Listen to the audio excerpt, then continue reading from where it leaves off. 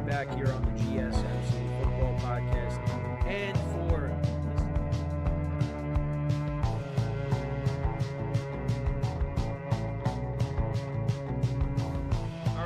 we are back here on the GSMC Football Podcast. Keep yourself in the loop of everything football on the Golden State Media Concepts Football Podcast. The latest news on and off the field, be it college football, Big Ten, SEC, Big 12, Pac-12, ACC to the NFL. We've got you covered. Listen to the Golden State Media Concepts Football Podcast.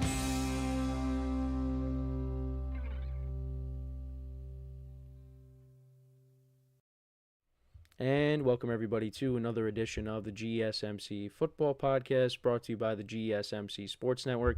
As always, I'm your host, Kenneth Grunfelder, and it's great to have you guys here on this Monday, November 25th. We have a lot to talk about on the show today. Before I get into that, just want to remind you guys, as always, to tip or donate and get your comments recognized.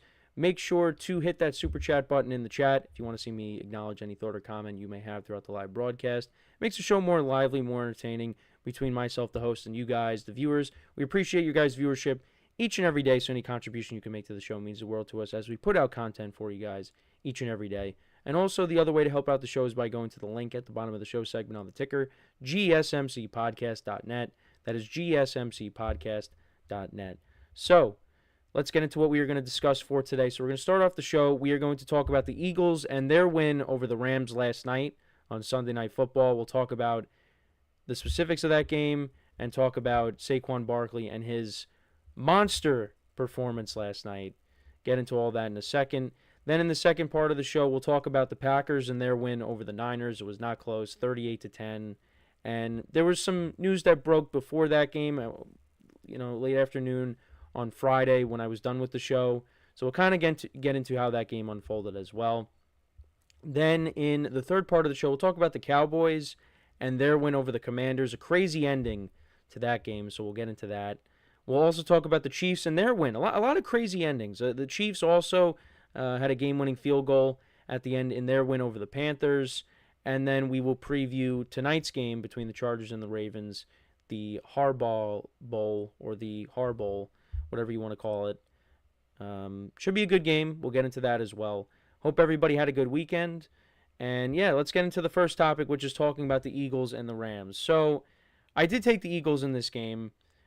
I'm pretty sure I did talk about, the Eagles pass rush on Friday, and I said how I was kind of worried about that going up against the Rams, where, their offensive line has kind of been, shaky all year. And they started to get pieces back, but it still hasn't been great. And yeah, it showed last night. The Rams were winning at one point early on, but the Eagles took over, and Saquon Barkley took over, especially in that second half. And the Eagles right now, they look like they are really hitting their stride.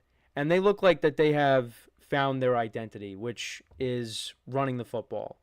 And, A.J. Brown had a good game last night. He had a touchdown, which initially was not a touchdown, but they reviewed it, and because he got both feet in bounds, but then he lost the ball when he went out of bounds. But, he took the 2 steps. He was in, and he did have full control before he went out of bounds and lost it. So that was a touchdown. But like I said, this Eagles team looks like they're hitting their stride, and especially the defense, because the defense was a massive problem last year, especially during that collapse. But they have really turned it up. But I did want to mention, though, when I did wake up this morning, I did see the news that Brandon Graham is going to be out for the season. And he had a sack in the game last night.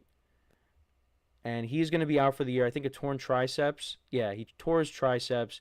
Will miss the rest of the season. So that's a big loss there. And especially because this was going to be his last year. So I don't know, is he going to want to come back and not, want to finish the year like this or finish his career like this? We'll have to keep an eye on that. But, yeah, not good news there coming off of a win like that last night. But, yeah, let's just kind of go through it, though. So, again, the Eagles kind of took over in the second half. The final score ended up being 37-20. But at the half, It was only 13-7, so the Rams were still in this game. They were not out of it. The Rams actually fumbled on their first drive. They got it all the way down to the Eagles' 16-yard line. They were moving the ball, and then Kyron Williams fumbled. And he actually almost had another fumble later in the game as well, but I believe the Rams recovered it. But yeah, so then the Eagles took that. They went 12 plays, 80 yards down the field, and Jake Elliott kicked a 21-yard field goal. But then the Rams put together a nice drive, 9 plays, 70 yards, and that led to a Kyron Williams 1-yard touchdown. Then the Eagles tacked on another field goal to make it 7-6. That was a 31-yard field goal by Jake Elliott. Then the Eagles later scored a touchdown. That was the A.J. Brown touchdown. They scored on 2nd and goal to make it 13-7, and that's what the score was at the half. And then Saquon Barkley took over. First play of their first drive in the second half, Barkley went 70 yards for a touchdown. And I was in the other room. I was in my kitchen making a snack, and I hear Mike Tirico, talking about Barkley, and I ran back in because I have him in fantasy, and I saw that, and I'm like, okay, all right, that was good. That makes it a little bit closer with some of the matchups that I was losing. And then actually the Rams answered with a touchdown of their own. So yeah, Kyron Williams did fumble on the first play of their next drive, but it did end up getting recovered. And then Stafford later in the drive connected with DeMarcus Robinson for a 2-yard touchdown. So it made 20-14. So you thought, okay, this is going to continue to be a game. Then the Eagles answered with another touchdown. This was a Kenneth Gainwell touchdown for 13 yards. That was set up on 3rd and 10. Hurts connected with Barkley on a little screen pass that went 31 yards. So yeah, that made it 27-14. The Rams then went down the field, and so what happened was it was 3rd and 3, and there ended up being a holding on the Rams, so that set them back to 3rd and 13, and then Stafford got sacked. So then Cardi lined up for a 47-yard field goal. He ended up missing it, and then the Eagles turned that into a field goal drive to follow, and that was another field goal by Jake Elliott, a 26-yard field goal. And then we go to the fourth quarter, and then Barkley, again, 72-yard touchdown to the house, and that made it 37-14, and then the Rams scored a touchdown. Stafford connected with Cooper Kupp for 27 yards. They went for 2 and didn't get it, and then they went for the onside kick, did not get that, and that's how the game ended. And let's go to Saquon Barkley. So, Barkley on the day, these are just his rushing stats. So he had 26 carries for 255 yards and 2 touchdowns. And in the receiving game, he also had 47 yards on the ground. So he had over 300 yards total in this game. Jalen Hurts went 15-22 for 179 yards, a touchdown, no picks. He was sacked once. The Eagles ran the ball for 314 yards in total. He had a rushing touchdown by Kenneth Gainwell. A.J. Brown had 6 for 109 and a touchdown. Eagles defense on the day, 5 sacks. Jake Elliott went 3 for 3 on field goals. But Saquon Barkley was the player of the game by far. And like I said earlier in the segment, this is their identity, is running the football with Saquon Barkley. And this team, now with the Brandon Graham injury, that hurts the defense, but this team is very dangerous.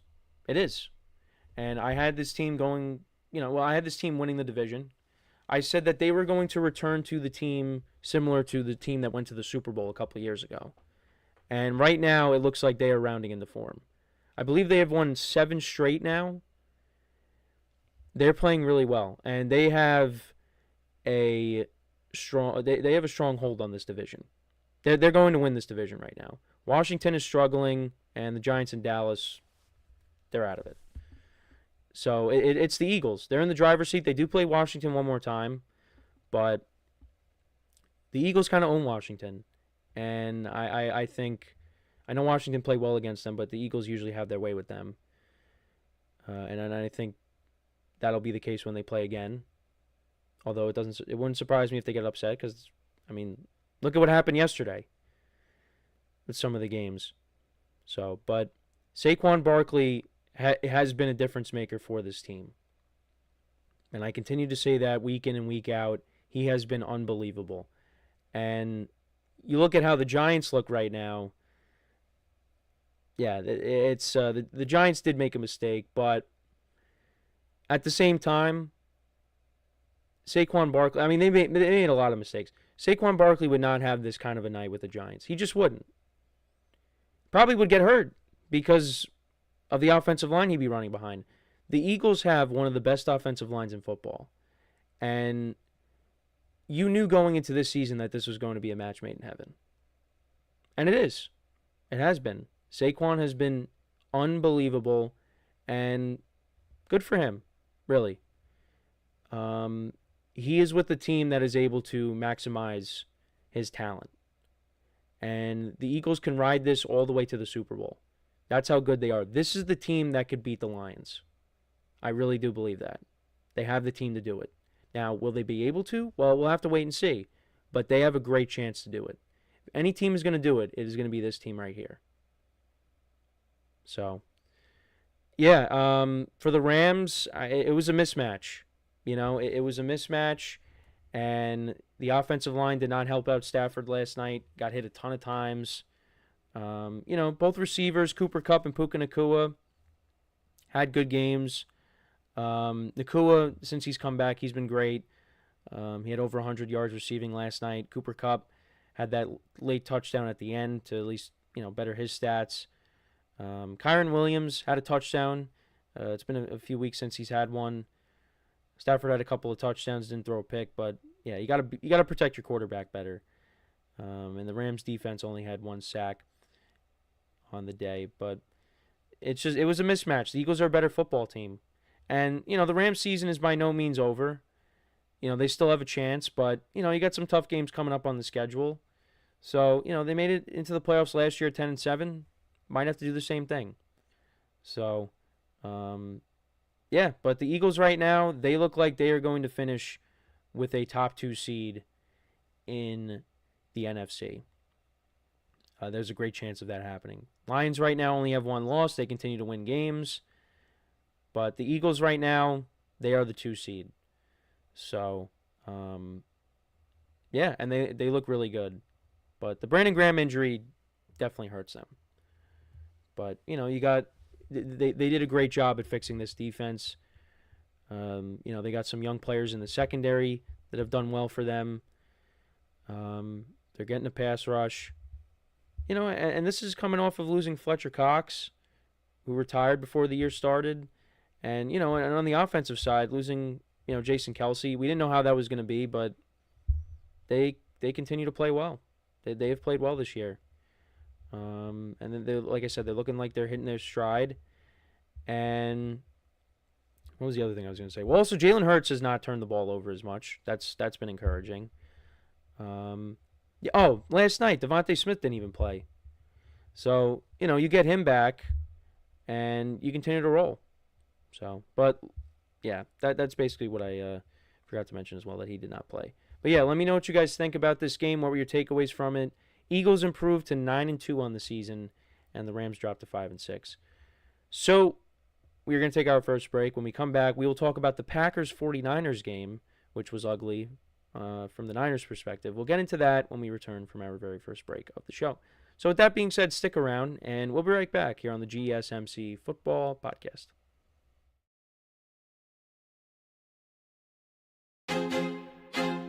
I feel like I'm losing my mind. Is everybody in the world blind? Please, Lord, give me a sign, a sign. I feel like I'm losing my mind. Is everybody in the world blind? Please, Lord, give me a sign, a sign. I wanna be the greatest. Everybody on the fake shit. I look around and feel like everybody is the fakest. I make this every day and I'm impatient, hoping one day I blow up from the basement. Statement, the top is so vacant. I don't hear shit that I think is amazing. Waiting for my day when I'm playing sold out shows for 1,000 faces. Hey, give me that crown, get in my way and to be put down. It ain't your place, all this my town. If I want that shit, then I'll get it right now. I'm losing it, the noose it fits, some losing shit, a stupid myth. You choose to live or choose to dip, you choose to fight or lose your grip and lose a gift. I feel like I'm losing my mind.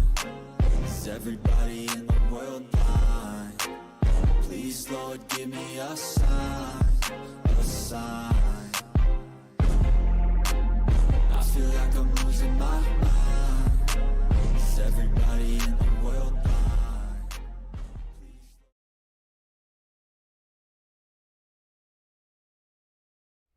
All right, and we are back here on the GSMC Football Podcast. And for the second part of the show, we are going to talk about the Packers and their win over the 49ers. And, yeah, this was an ugly one. And before the game yesterday, when I finished up my show on Friday, I was under the assumption that Brock Purdy was going to play because the 49ers it didn't seem like his shoulder injury was that serious, and it didn't seem like it was going to keep him out. But he did leave Thursday's practice early, and he had an MRI on the shoulder. Now, it was encouraging. It doesn't seem like it's going to be a long-term thing. But then Friday comes around, and, yeah, Brock Purdy got ruled out. It was more serious than we thought, at least for this week, just this week. Yeah, Brandon Allen ended up getting the start, and once I saw that, I was like, well, there goes their chances of winning this game, and I flipped right to the Packers. And especially with no Nick Bosa either. There was no Nick Bosa, and the Packers just had their way with the Niners. The Niners just could not get anything going. The George Kittle touchdown to make it 17-7 at one point, at least maybe provided just a little bit of hope, like, okay, maybe they could keep it close, but that was really it. Brandon Allen got thrown into a tough spot. This kind of gave me the vibes of the 2022 NFC Championship game when Brock Purdy got hurt early on. The Niners just had no chance. And, this could have been even worse because Christian Watson, he had a touchdown, and he ended up dropping it. He wasn't in the end zone for it, but he would have caught it, and he would have ran into the end zone, and the score would have been even worse than what it is here. But the Packers just, like I said, they had their way. They got to Brandon Allen. Jordan Love did not turn the ball over, although he should have at some points. There was some dropped interceptions by the Niners defense. And, also Deebo Samuel had a rough game. Because, the Xavier McKinney, another guy that the Giants decided to let go, he just continues to impress. Another interception went right through Deebo's hands. Deebo had a couple of, misplays on some passes that were thrown to him. And he has not had a good year. The Niners have not had a good year. Between injuries and just guys underperforming, it's been a mess. And that's kind of what happens with, coming off of a Super Bowl loss, is your team is not the same the following season. And right now the Niners are going through it. And also, just like last week, the penalties. How many flags were in this game? It was constant. It's just, and on top of that, you got Christian McCaffrey, who just doesn't look right at the moment. It's only his third game back. So you hope that maybe, as we continue on here, he gets it going. But, the Packers shut him down. And also, going back to the penalties, Deebo Samuel has this big kick return, right? That ends up getting called back. That would have set the Niners up. I think inside the 20, inside the 25. And that gets called back. They just could not get it. And Kyle Shanahan was ticked off by the amount of penalties. But Niners fans definitely are pointing fingers at him. I know that. By how this team looks. Could this have been the game that the wheels have fallen off finally? I don't want to flip-flop in 1 week, because I keep saying that the Niners are going to make a run. But and I said it's hard for me to see them not make the playoffs, but it's just they're not showing me anything. Now, yesterday, when Brock Purdy gets rolled out, I'm like, yeah, they're not going to win this game. with the backup quarterback, and especially with Nick Bosa being out. Look at the Niners' defense. Got gashed by Josh Jacobs. Josh Jacobs, another guy, incredible performance yesterday. 3 touchdowns, had over 100 yards rushing. What a pickup by the Packers. They've been kind of running the offense through him as of late as well. He's been doing good. Could this, be the game that the Packers really, build off of and hit their stride as well? We'll see. Last week, how about the Bears, though? They beat the Bears last week. They blocked a potential game-winning field goal. And then the Bears, they come back against the Vikings, and they lose in overtime. I mean, at least, letting go of Shane Waldron, it looks like that has kind of paid off because the offenses look better. Caleb Williams has looked better. So, but yeah, I mean, the Packers have won these last 2 games. And, you still got the Lions and the Vikings again. You got the Bears one more time. They're going to make the playoffs. I do want to see a little bit more out of Jordan Love, but this team is going to make the playoffs. And they're going to be dangerous. This Thursday night game on Thanksgiving between the Dolphins and the Packers is going to be an interesting one. The Dolphins have been playing better, of course, with Tua being back. And, now they're starting to get themselves back in the conversation for the playoffs. Tua wants to change narratives. So that's going to be an interesting game. 2 teams coming in hot right now. And, yeah, I mean, this was pure domination from start to finish. And, you wonder what's going to happen after this year with the Niners. I mean, again, there's still time, but next week they play the Bills in Buffalo. That is not going to be easy. Now, it looks like they could be getting Purdy back. So, that would be good. But, yeah, it's not looking good right now. So, the Packers, they went right down the field on their first drive. They scored points on their first 3 drives of the game. They went 12 plays, 67 yards, and that led to Jordan Love connecting with Tucker Kraft for an 11-yard touchdown. Niners then punted. Packers got a field goal. McManus a 51-yard field goal. Then it was 17-0. In the second quarter, we had Josh Jacobs' first rushing touchdown. But then the Niners responded. They went 11 plays, 65 yards down the field. And Brandon Allen connected with George Kittle for a 3-yard touchdown. So it was 17-7 at the half. But then, the Niners, they open it up. So Deebo Samuel goes 87 yards. This is to open up the second half. And it gets called back for a holding. And then, the Niners, they're moving the ball. They get down to the Green Bay 39-yard line, and then they go for it on 4th and 2, and Allen tries to connect with McCaffrey. It ends up getting knocked down by Xavier McKinney. Then you had the Packers punting, and then Brandon Allen threw an interception, trying to hit Deebo. Went through Deebo's hands. It gets picked off by Xavier McKinney. He returns at 48 yards, which then leads to another Josh Jacobs touchdown to make it 24-7. Niners then kicked the field goal. So it was a 2-score game again. Had a couple of chunk plays, one to Juwan Jennings, one to George Kittle on that drive. So, yeah, it was 24-10, a couple of punts. Then the Niners ended up fumbling. Brandon Allen ended up fumbling. It was a sack and a fumble recovered by Kenny Clark. And then the Packers turned that into a touchdown, another Josh Jacobs touchdown. And then they had a big chunk play by McCaffrey for 23 yards, but then he fumbled, and that led to another... it was a Malik Heath touchdown. So, yeah, that made it 38-10. And that was it. Brandon Allen went 17-29 for 199 yards, a touchdown, and a pick. Christian McCaffrey only 31 yards rushing. George Kittle had 6 for 82 and a touchdown. Juwan Jennings had 5 for 40. Christian McCaffrey 3 for 37. Deebo Samuel only 1 reception for 21 yards. Disappointing year for him. Brandon Allen had 2 fumbles. One he lost. McCaffrey had a lost fumble. Niners defense, a couple of sacks. For the Packers, Jordan Love, 13-23 for 163 yards, 2 touchdowns, no interceptions. Josh Jacobs, 26 carries for 106 yards and 3 touchdowns. Packers ran the ball for 169 yards in total. Romeo Doubs had 3 for 54. He actually left this game. I think it was a concussion.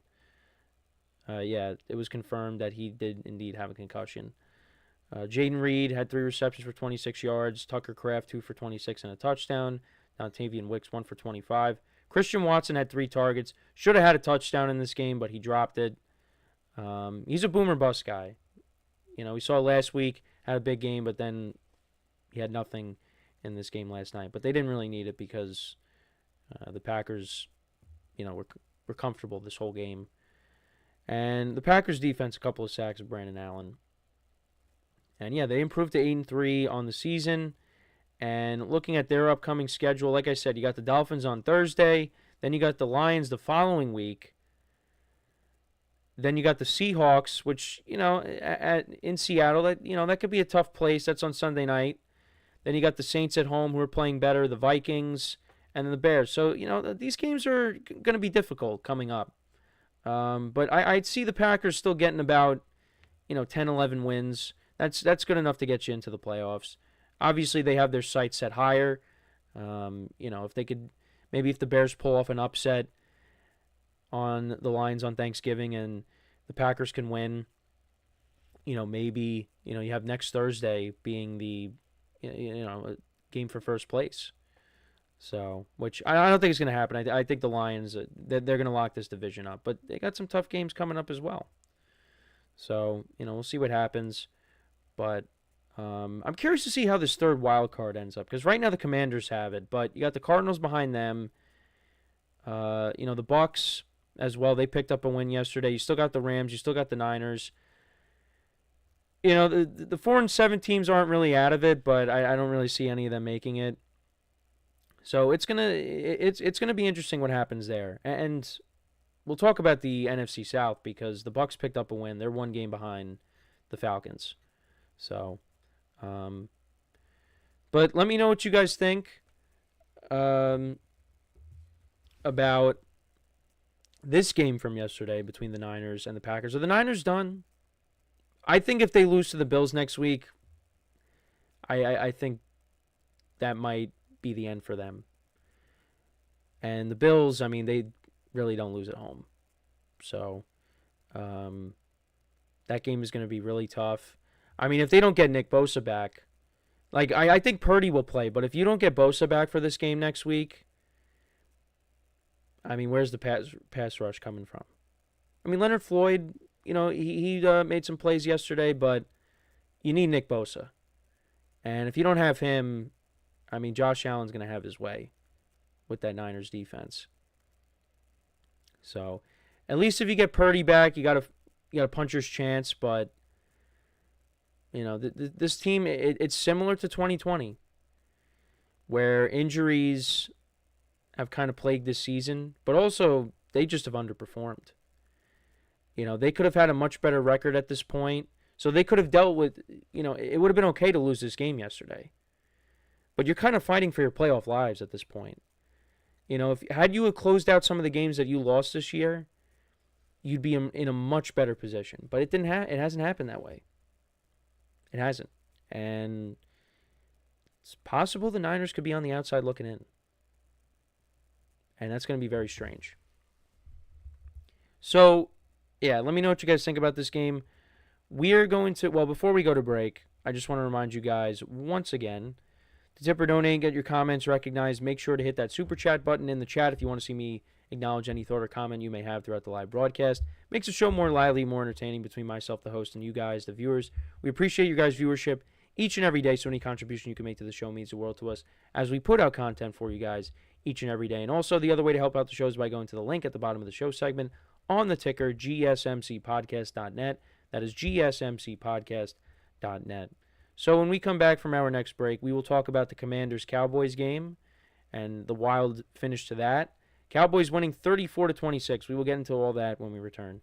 So with that being said, stick around, and we'll be right back here on the GSMC Football Podcast.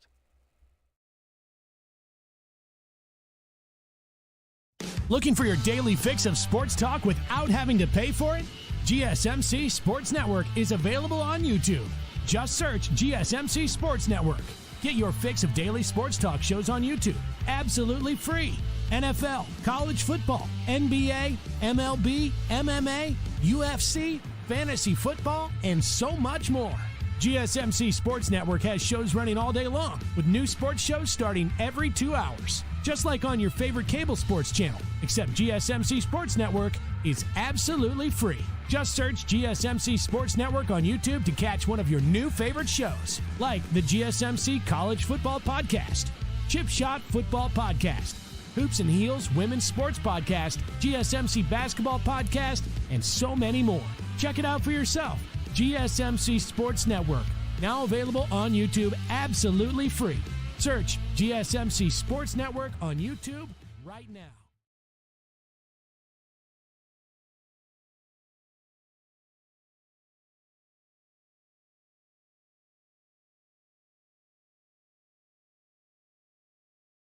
All right, and we are back here on the GSMC Football Podcast. And for the third part of the show, we are going to talk about the Dallas Cowboys and their win over the Commanders. This game was very low scoring pretty much the whole time. And then all of a sudden, it was back and forth. I guess we'll go to the fourth quarter and discuss it because... Yeah, the Commanders were 10-point favorites in this game. You know, the Cowboys, obviously, it's a lost season for them. They're not going to be going anywhere. But, you know, they at least showed you a little bit of fight. So, going into the fourth quarter, all right, the score was 10-9. 10-9. And this is what the final score ended up being, as you see on the segment title here. Between the two teams, you had a combined 41 points. The Cowboys scored 24 and the Commanders scored 17. Like, what happened in this game? So, actually, I didn't really catch the beginning of this game because I was playing football with my friends, and that kind of overlapped with the beginning of the 1 o'clock games, or the early slate of games. So, this is how the first quarter went. You had Brandon Aubrey, who's been money this whole year. He had 2 missed field goals. One of them was blocked, and the other he just missed. So this is how the first quarter went. You had blocked field goal by the Commanders, missed field goal, and listen, Seibert, who they picked up, he's been great for them, was not good yesterday. So yeah, blocked field goal, missed field goal, and then a fumble, and then a punt. So that's how the first quarter went. Then you had 3 straight punts, an interception by Jaden Daniels, 2 punts, and then a field goal. So it was 3-3 at the half. Then the Commanders, it looked like this is where the game was going to go back into their favor. They were going to take over, win this game pretty handily. Because they went 10 plays, 60 yards down the field. Jane Daniels scores from 17 yards out, rushing touchdown, so that makes it 9-3. But then the Cowboys responded. They go 8 plays, 80 yards. Cooper Rush connects with Jalen Tolbert for a 6-yard touchdown. Cooper Rush actually has looked better these last 2 weeks. I wish he would have scored more than -2 points in the game against the Eagles, because then I would have been in a better position in one of my dynasty leagues. But again, not going to hold that against him. I shouldn't be starting Cooper Rush if I'm trying to compete for a playoff spot. Then you had 4 straight punts. So yeah, this is where it just got crazy. So fourth quarter, you had a punt by the Commanders. Cowboys tacked on a field goal. Aubrey kicks a 48-yarder. Then the Commanders end up fumbling. Jane Daniels, Bates, one of the tight ends, he ends up fumbling, gets recovered by Eric Hendricks. So then the Cowboys turn that into a touchdown. Cooper Rush to Schoonamaker. That makes it 22. That was a 22-yard touchdown. That made it 20-9. Then the Commanders score a touchdown. That was a Jane Daniels to Zach Ertz touchdown from 4 yards out. So it was 20-17. Then we had a field goal by Seibert, a 51-yarder. Hold on. I'm confused as to what happened here. I don't know if the app is not telling me the right thing here. But anyways, the Cowboys did go up 27. They were up 27-20. And then what ends up happening is, I don't know what the Cowboys are doing on this play. I really don't. But there's less than a minute left. And Jaden Daniels connects with Terry McLaurin. And I just don't, again, I don't know what the Cowboys were doing on defense. They let Terry McLaurin go 86 yards for a touchdown. So that made it 27-26. And you thought, all right, it's going to be a tie game. It's going to go into overtime. Nope. Austin Seibert misses the extra point. So then the Commanders have to go for it. Well, they have to go for an onside kick. They end up not getting it. But the Cowboys end up returning it. And you're thinking, why are you doing that? They score a touchdown. Why are you doing that? Because now the Commanders have a chance to get the ball back and, pull off another Hail Mary. And Jane Daniels did get it to the end zone. It did get picked off, but shouldn't have done that. I know, obviously, you have a chance to score a touchdown on the onside kick, you're going to get it. That doesn't happen often, but I don't know why they decided to do that.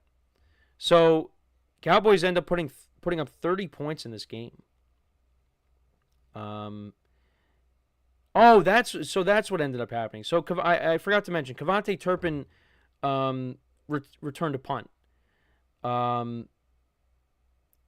a kickoff return. So he muffed the kickoff, and then he ends up picking it up and taking it 99 yards, and that put them up 27-17 Dallas. Then Seibert kicked a field goal, and then Terry McLaurin, when the Commanders got the ball back, he ended up scoring that 86-yard touchdown. So that's the play that I missed in the game, because how CBS had it set up here on my phone was a little weird. That kind of threw me off. But so Turpin had a kick return in this game as well, and the Cowboys get the win. They improved to 4-7. Commanders dropped to 7-5. Look, the Commanders have exceeded expectations this year, but you look at some of the wins that they've had. They beat the Giants without a kicker. They won on a Hail Mary against the Bears. You take those two wins away, and they're 5-6. And these last few games, they've been one-score games. They've been in these games, but they've lost them. And these are the playoff teams. Well, not the Cowboys, but the Eagles and the Steelers. They should have wiped the floor with the Cowboys, and they just didn't. And Jane Daniels had a couple of turnovers in the game as well. It's not looking good right now for them. They got to figure things out, because otherwise, if they're not too careful, they could end up being on the outside looking in. Right? As things looked, it looked like, it looks like they're going to run away with this division. But no, then the Eagles got hot. The Eagles beat them, and they've lost 3 in a row, and now they're kind of coming back down to earth a little bit. And next week, they got a Tennessee Titans team that's coming in, and they're coming off an upset win against the Texans. And Will Levis has been playing better. So, they got to be careful. They're still in a good position, but, you got the Eagles coming up again, the Falcons, who are just, I don't know what to make of them. Then you're in New Orleans at one point, and they're playing better. So, yeah, it's not looking easy, the end of the season here. So they got to get things right. And then as for Dallas, Micah Parsons, I saw the interview with Maria Taylor on the Sunday night pregame show. He was happy that they got the win. He's saying how he's still fighting, he's still trying. They still want to win games. So if the Cowboys end up, I think they win on Thursday. They should win on Thursday against the Giants. Maybe you could kind of salvage this season. And maybe you play well for your head coach, and maybe you give Mike McCarthy another chance, which I don't know how Cowboy fans are going to feel about that. But they're at least showing you that they have a pulse. By winning this game, they showed you they had a pulse. Because the week before that, the last 2 weeks, they were getting blown out by the Eagles and the Texans. Then you go on the road and you think, all right, they're going to get blown out here. No, they end up getting the win. You got to give them credit. Like I said, Cooper Rush had a good game. 247 yards passing, 2 touchdowns, no picks. Rico Dowdle had 86 yards on the ground. CeeDee Lamb, 67 yards on the ground. The tight end, Schoonmaker, had 55 yards and a touchdown. Jalen Brooks, 1 reception for 41 yards. Cowboys defense forced turnovers. They had 4 sacks in the game. For Jaden Daniels, 25 of 38 for 275 yards, 2 touchdowns, 2 interceptions. He had 74 yards rushing. Eckler had 22 McNichols had 22. Brian Robinson Jr., actually both running backs got injured. Eckler got a concussion on a kickoff. And Brian Robinson Jr. Also got banged up in this game as well. Terry McLaurin had a quiet day, but he had that big touchdown that kind of inflated his numbers. He had 5 receptions for 102 yards and a touchdown. Noah Brown, 6 for 71. Zach Ertz, he's been productive for them this year. 6 for 38 and a touchdown. Washington's defense only 1 sack of Cooper Rush. John Bates, the tight end, had a fumble in this game. And Seibert, 0 for 2 on extra points and 2 for 3 on field goals. And he has been really good for them this year. And, if he doesn't have those misses, maybe we're having a different conversation. So, that was a tough loss for the Commanders. But that kind of balances out, some of the wins that they had early on this year, like the Hail Mary and, defeating the Giants with no kicker. So, but yeah, they're 7-5. You're still in a playoff spot, but not looking good right now. They were 7-2. So, we'll see what happens. They were 7-2. They're 7-5 now. They got to get right. But we'll see the Cowboys on Thanksgiving, and we will see the Commanders take on the Titans next week, who are playing better. You look at some of these teams where, their seasons are pretty much over, but they're still fighting. Cowboys, like I said, they showed you a pulse yesterday. The Titans, they showed you they had a pulse. Will Levis, like I said, has been playing better. They upset the Texans on the road. And then you look at the Giants, and they showed you nothing. And I really did not pay attention to that game. I saw that Baker Mayfield did the Tommy Cutlet celebration, and my family wasn't really happy about it just because, you're kind of kicking a team while they're down. But listen, if the Giants were not a bad team, that wouldn't have happened. So we'll get into the Giants, though, this week because there's definitely going to be changes. There's definitely going to be changes. There were things that were said after the game by certain guys, and it looks like the Giants could be heading for a massive overhaul from the front office down again, and they're going to have to go through it again. And also, we got to get into the Jets too because, there was some news that broke that, maybe we don't see Aaron Rodgers play another game this year. We'll have to keep an eye on that throughout the week. It's going to be a short week. It's going to be a short week this week. We only got 3 shows. We got between today, tomorrow, and Wednesday. Then we got Thanksgiving Thursday, Friday as well. There will be no show Thursday and Friday, but I'll be back the following Monday. So I just wanted to bring that up. But, there's definitely a lot to cover in a short week. But it was a crazy slate of games yesterday. Between this game, the Bears-Vikings game as well had a crazy ending. And also, to kind of transition, we also had the Panthers and the Chiefs, which ended up being had a crazy ending of their own as well. Maybe not as crazy as the Cowboys-Commanders, but still. The Chiefs ended up getting the win. We'll talk about it when we come back from our next break. So with that being said, stick around. And we'll be right back here on the GSMC Football Podcast.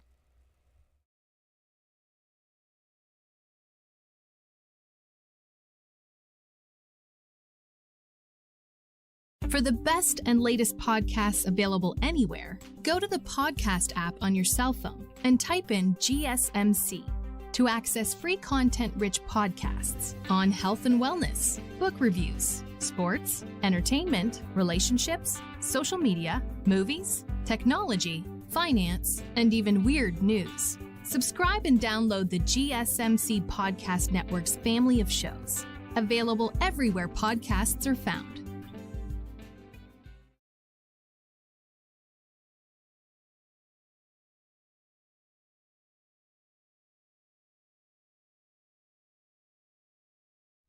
All right, and we are back here on the GSMC Football Podcast. And for the fourth part of the show, we're going to now get into talking about the Chiefs-Panthers game. So I thought maybe this was going to be the week that maybe the Chiefs would cover a big spread. It was not. It was not. I just don't know what it is. Look, you still put up 30 points, but, this is a team that they should have their way and blow out. But I will say that the Panthers, they have played better. They have. I mean, they beat the Saints and the Giants. I mean, again, the Giants is not very well. I mean, I guess, for the Panthers now they were playing. Most people expected the Giants to win that game, but still, how the Panthers looked in the beginning to how they look now, they definitely look more competent. And Bryce Young, I mean, he hasn't put up monster numbers, but he's looked a little bit better. They got Adam Thielen back for this game, which was big. Have that veteran presence there. Chuba Hubbard's been running the football well for them all year. Didn't have over 100 yards, but had a rushing touchdown in this game. Things maybe could be moving in a better direction for them. I mean, I don't know what's going to happen. Like, is Bryce Young going to come back next year? I don't know what the deal is there. But look, they could have very easily handed the Chiefs their second loss. They came back. They were trailing most of the game, but they tied it up. And then, of course, the Chiefs, like they always do just enough to win the game. And that's what they did here. They actually went right down the field on their first drive and scored a touchdown. You had a nice kickoff return by Samaje Perine. And then later, Noah Gray, who scored a touchdown last week, scored again. 35-yard touchdown pass from Patrick Mahomes. So that made it 7-0. You thought, okay, this could be a blowout here. Then the Panthers answered with a field goal drive of their own. You had Bryce Young connecting with Xavier Legette for 34 yards. There were a couple of defensive penalties on the play. There was illegal contact and defensive offsides. But, yeah, Panthers got 3 points on that drive. Then the Chiefs put up another 3. Schrader, 25-yard field goal. There's no Harrison Butker still. So, yeah, it was 10-3. Then it was 10-6. So both teams scoring on their first 2 drives. And the Chiefs scored another field goal in the second quarter. Panthers punted. And then the Chiefs went up 20-6. So the Chiefs had a comfortable lead. And you thought, okay, yeah, they're going to blow the Panthers out. This was Noah Gray's second touchdown. This was from 11 yards out. And then the Panthers responded with another field goal. Eddie Pinheiro, a 29-yard field goal. So, yeah, 20-6 and then 20-9. And then we went into the half. And then the third quarter was nothing but touchdowns. The Panthers put together a nice drive, 15 plays, 70 yards, 8.5 minutes of time on possession. And Bryce Young connected with Moore for a 1-yard touchdown. So that made it 20-16. Then the Chiefs answered with a touchdown of their own. Mahomes connected with DeAndre Hopkins for a 3-yard touchdown. And then the Panthers responded again. You had a field goal by Eddie Pinheiro, and that made it 27-19. So it was a 1-score game. And then the Panthers, they tied the game. With 1 minute and 49 seconds left, they went down the field. Well, Chuba Hubbard scored with 1 minute and 49 seconds left in the game, and that made it a 2-point game. And then they went for 2, didn't get it, but there was a defensive pass interference on Trent McDuffie. So that was a call that went against the Chiefs. So, people always talk about the Chiefs always getting the calls. They didn't get the call. They had a call that went against them there. And then Chuba Hubbard scored on their next attempt for the 2-point conversion. But it unfortunately was not enough. The Chiefs then went 7 plays, 57 yards down the field. Mahomes scrambled for 33 yards, and he ended up losing the ball out of bounds.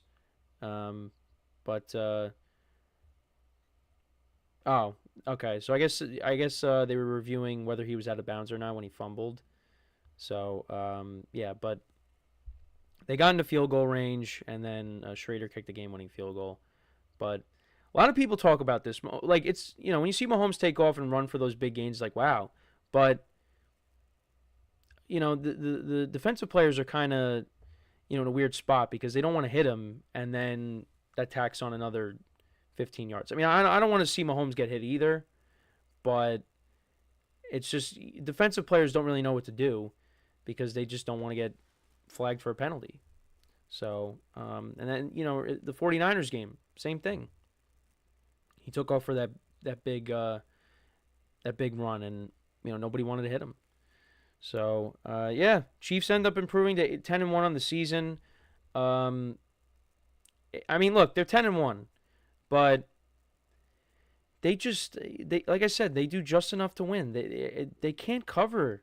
They just can't. The last time they covered was against the 49ers. And, the 49ers had, guys getting hurt and, were sick. Of course, the couple weeks that I didn't pick them, I picked the Falcons and I picked the Saints, and the Chiefs covered against both of those teams. So my record overall, when it comes to the spread pool in games involving the Chiefs, so let's kind of go through it. So I started off the year good, 1-0, and I almost lost that because the Ravens, potentially scored a tying touchdown, and we're going to go for 2. So yeah, 1-0. Then 1-1, picked them against the Bengals, lost that. Lost the Falcons game, lost the Chargers game, lost the Saints game. So 1-4 there. Then won with the Niners, so 2-4. 2-5 with the Raiders game. 2-6 with the Buccaneers. 2-7 because I took them against the Broncos. Then I won because I picked the Bills, so 3-7, and then 3-8. I'm so bad at picking Chiefs games. Now they play the Raiders on Friday. Gardner Minshew got ruled out for the year with a broken collarbone. So I don't know what they're going to do at quarterback. Desmond Ridder had to come in. Don't be surprised if we see Daniel Jones playing for the Raiders on Friday, because that is definitely a possibility. But then again, maybe they don't do that. I don't know. But Daniel Jones is out there. I'm not advocating for him to get signed by a team, but I'm just saying he's an option. And he's probably a better option than Desmond Ridder. So, and the spread is big there, but I think the Chiefs should cover against Desmond Ridder, right? You would think. But then again, the Raiders beat them with Aiden O'Connell last year on Christmas. So I don't know. But they're 10-1, and look, the playoffs is going to be different, but the playoffs is definitely going to be different. But they still don't look right. Now, they're going to get Isaiah Pacheco back, so that's going to help. But I just feel like also their defense is not playing as good as you would think it should be. Like their defense was the strength of the team last year. Now, it's still good, don't get me wrong. But I don't know. I don't know. They still look off right now. But you know what? They're 10-1, so who cares, right? But they still have some tough games coming up on the schedule. So we'll see. But yeah, you just kind of wonder when is this team going to put it all together? I guess maybe we're going to have to wait till the playoffs. But like I said, liked what I saw from the Panthers. They did show a little bit of fight there. Bryce Young these last couple weeks, again, his numbers haven't been spectacular, but he's definitely playing better. So, it's not like the Panthers are getting embarrassed every week now. Give them credit for coming back and fighting against the Chiefs. Like they could have easily won the game. But I don't know. But anyways, so yeah, the Chiefs, they I'm curious to see how this Chargers game is going to go when they play them, cuz the Chargers look like a better team right now than they were when they previously met. And that could maybe be a potential loss there. I don't know. I don't think the Raiders are going to pull off the upset like they did last year in Kansas City, but who knows? But I give the Panthers credit for fighting. Curious to see what they do at the end of the year. I guess they probably still move off of Bryce Young, but only time will tell. Only time will tell. So, yeah, let me know what you guys think about this game, though. What were your takeaways from it? Again, the Chiefs are 10-1, but, this is a game they should have handled their business. And they had a big lead. It's just they let the Panthers get back in it. So, I actually wanted to look at how many total yards did they give up to the Panthers? They gave up a total of, if I can find it. Oh, wait, let's go to the team stats. So, total yards, they gave up 334 yards of total offense. Chiefs had 391.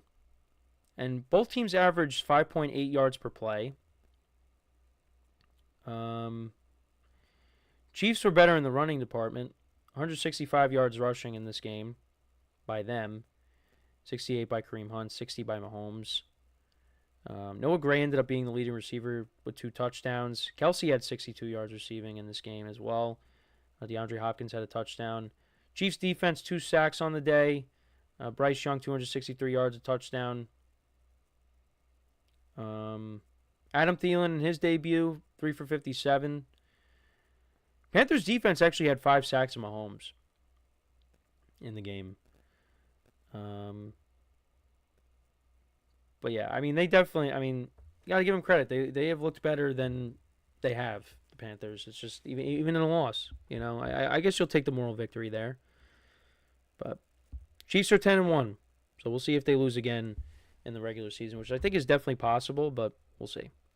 So we're going to take our final break of the show now. When we come back, we will discuss the Ravens-Chargers game. We'll talk about the Harbaugh Bowl and who I have winning that matchup tonight. So for one final time today, stick around, and we'll be right back here on the GSMC Football Podcast.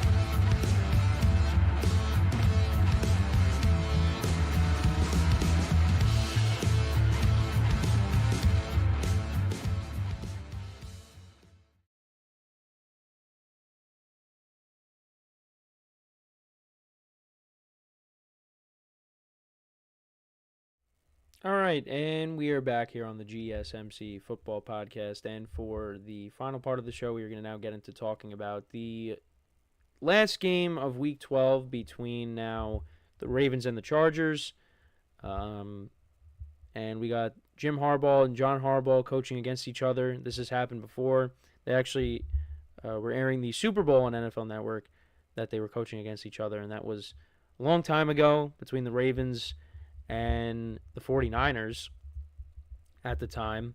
And that was the Super Bowl where the lights went off. And, it was kind of a blowout, but then the Niners made it close at the end. But the Ravens got the win there. And Justin Tucker was a rookie in that Super Bowl. So that's how long ago that was. And I was also in my first year of middle school during that Super Bowl. So it's been a long time. Now, they did coach against each other again. I think during I believe it was the 2015 season, I want to say. It was the 2015 or the 2014 season. But now they're coaching against each other again. But now Jim Harbaugh is the coach of the Chargers. And he's got the Chargers playing really well. They're coming off of that win against the Bengals last week. Ravens coming off of a loss against the Steelers.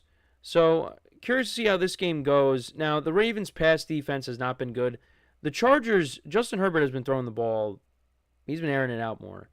And the Chargers' passing game looks like it's starting to hit their stride. That's like the third time I've said hitting their stride today. But, yeah, I'm curious to see how this game goes. the Ravens, they are really good at running the football. The Chargers are really good at running the football as well. However, the Ravens, their defense might not be good when it comes to stopping the pass, but against the run, they are pretty good. So, and Justin Herbert, like I said, has been playing better. They've been kind of letting it loose. And Lamar Jackson is an MVP candidate. So, to kind of look at this game and look at the rankings for both teams. So, the Ravens are third with passing yards per game, 261.5. Chargers are 21st. Rushing yards, Ravens are second. Chargers are 11th. Ravens are averaging 177.3 rushing yards per game. Chargers are averaging 121.6. Points per game, Ravens are second. Chargers are 18th. And then defensively, Chargers are pretty good against the pass. They are giving up an average of 223.9 passing yards per game, which is 11th. Ravens are 32nd. And this is kind of the reason why I started Justin Herbert in one of my leagues instead of Kyler Murray. And Kyler did not have a good game yesterday. Cardinals ended up losing. So I'm hoping Herbert has a big game. The Ravens are giving up an average of 304.6 passing yards per game. And then against the run, the Ravens are second and the Chargers are 10th. Ravens are giving up an average of 77.5 rushing yards per game, and the Chargers are giving up an average of 110.5. And then points allowed, Chargers defense is first, giving up an average of 14.5, and the Ravens defense is 23rd. So I do expect this game to be high scoring. Right now the over-under is 51. Could be around that. Right now the number has dropped. It was at 3.5. Now it's down to 2.5. I do like the Ravens to bounce back in this game. But it's going to be tough, though, because the Chargers are a good team. They are. And I said going into the year, I thought this was going to be a team that, could fly under the radar and, finish with maybe a decent record and maybe just miss out on the playoffs. But right now, they are the first wild card team in the AFC. Now, I don't think they're going to catch the Chiefs. You do have the Broncos as well at 7-5. Like I said, the AFC West last week, the AFC West, it's a pretty good division, other than the Raiders. The Ravens are kind of smacked in the middle of the Chargers and the Broncos in the wild card. So this is kind of a big game. If the Ravens win, they could pass the Chargers and be the first wild card, but obviously they have their sights set higher. They want to win this division, which I still think they can. They do get another crack at the Steelers. But, they got to win this game tonight. You don't want to drop two straight. Now, obviously, if the Ravens lose this week, I mean, I'm not hitting the panic button or anything, but then you got the Eagles the following week at home. That's going to be a tough game. I'm actually really looking forward to that game. Eagles Ravens. You're going to have Derrick Henry and Saquon Barkley, who I don't know if they're going to win MVP, but they're definitely both up for Offensive Player of the Year. It's going to be one of those two guys, you would think. I'm really looking forward to that. But yeah, you don't want to lose this game and then have to go in and be like, all right, we got to win this, because you end up losing that, then all of a sudden you're at 7-6. So I think the Ravens do win tonight, but I think it's going to be high scoring. I expect both quarterbacks to play well. Lamar's going up against, a good defense, but listen, the Chargers defense last week against the Bengals, they held Joe Burrow in that offense down, but then the second half, it was a completely different story. Joe Burrow had his way with that defense. So, and, if it wasn't for a couple of missed field goals, the Chargers end up losing that game. So, most likely. But, I think this is going to be an exciting game tonight. But I do like the Ravens to win. I'm going to say the Ravens win this game. I'm going to say 30-27. 30-27, Ravens win. Maybe they win on a Justin Tucker game-winning field goal.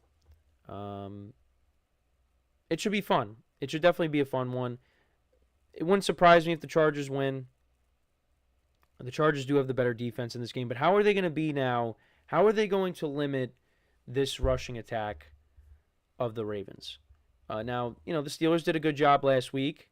They held the Ravens down to 16 points. Now we got to see how the Chargers do. And obviously, when it comes to games being played in SoFi Stadium, the opposing team is going to take over that stadium. The Rams and the Chargers do not have home field advantage. Now, when they play against each other at some point, it's not. I don't believe they play each other this year, but when they play each other, they played each other a couple of years ago. But when they play each other again, that's when you kind of have maybe a little bit of home field advantage. But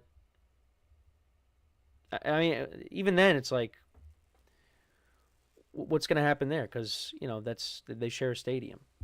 So I want this scenario to play out because it was close to it could have happened a few years ago. When the Rams and the Chargers, we thought we were going to be in the playoffs together, but then the Chargers lost the last game of the season to the Raiders. If you had the Chargers and let's say the Rams and the Chargers both had home field advantage going into the championship game, what do you do? What do you do? Like, I want to see that scenario play out with teams. Because we're not going to see it with the Giants and the Jets anytime soon. The Chargers and the Rams, maybe at some point. It's still not likely. But what would happen if those two teams are hosting the championship game? Do you have one of them just go to a different stadium? Like, what? I don't know. I want to see that scenario play out because I would love to see how the NFL deals with that. But I don't think it's not gonna happen this year. But I would just love to see that scenario play out.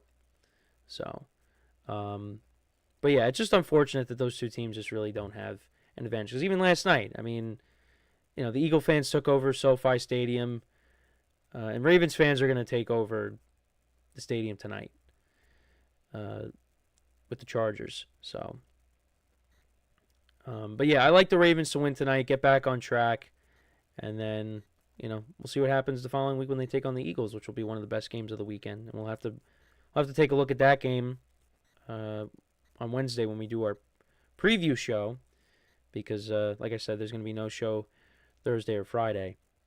But you got two defenses that can stop the run, so maybe we see an air show. Lamar Jackson throwing to Isaiah Likely a bunch of times because I need that for fantasy purposes, and Herbert just airing it out a bunch of times just not to Ladd McConkey. Saquon Barkley really saved my matchup, a couple of matchups, because it wasn't looking good. It was looking like I was probably going to go 1-4 this week. It's possible I go 3-2. Right now I'm losing to my uncle in our family league by 13 points, but I have Herbert and Likely, and he has Ladd McConkey, who's questionable. It's possible he doesn't play. And then I'm up in another league. I think I'm up 175 to 158. But my opponent has Derrick Henry left. And maybe the Chargers shut him down. And if they could do that, I win. And in this league, Saquon Barkley got me 65 points. I don't know how the scoring's a little weird in this league, but yeah, I'm up 175 to 158. So we'll see. Or maybe I still go 1-4. But I definitely have a chance because in my family league I'm 5-6, and I need to win this game to keep my playoff hopes alive. I could very well see me losing this, but again, Herbert's looked good. He's been doing well in fantasy as of late, so we'll see what happens. And again, I thought this was the better matchup because it was between him and Kyler, and I said, look, Herbert's been playing well lately. He's going up against a pass defense that has not been great. Probably the better matchup. And Kyler doesn't really play well in Seattle. And he did not play well yesterday. So we'll see what happens in this game. But I do like the Ravens to win. I expect a lot of points to be scored. But let me know what you guys think. Who do you have winning? Let me know in the comments. And with that, that is pretty much it for the show for today. Thank you guys for tuning in. Make sure to check out all the other shows as well. And let's see what happens with this game tonight. Should be fun. And I will be on the edge of my seat. Hopefully, I get the win. And, keep my playoff hopes alive. And I still got a chance in all my leagues. Nothing is set in stone yet except for one league. I'm locked into a playoff spot. But pretty much for all my leagues, my other leagues, it's going to be a fight to the end. Next week, the playoffs start the week after. Next week is a win-and-in scenario. It's an elimination game between me and my friend. We're playing against each other, and whoever wins that matchup will make the playoffs with the losing record. But it's gonna be tough because we don't want to eliminate each other. But it's one of us has to go. I think it's gonna end up being me because my team in that league is not doing very good. That's the league I have McCaffrey in, and he just has not looked right. But I can't say I'm not surprised because he's been out the whole year. He's just getting back. So, but maybe he'll surprise me next week with Purdy coming back, hopefully. But yeah, thank you guys for tuning in. Talk to you guys tomorrow. As always, I'm your host Kenneth Grunfelder, signing off from the GSMC Football Podcast, brought to you by the GSMC Sports Network. Have a good day. Make sure to leave a like, comment, and subscribe to the video, and I will talk to you guys tomorrow. Take care.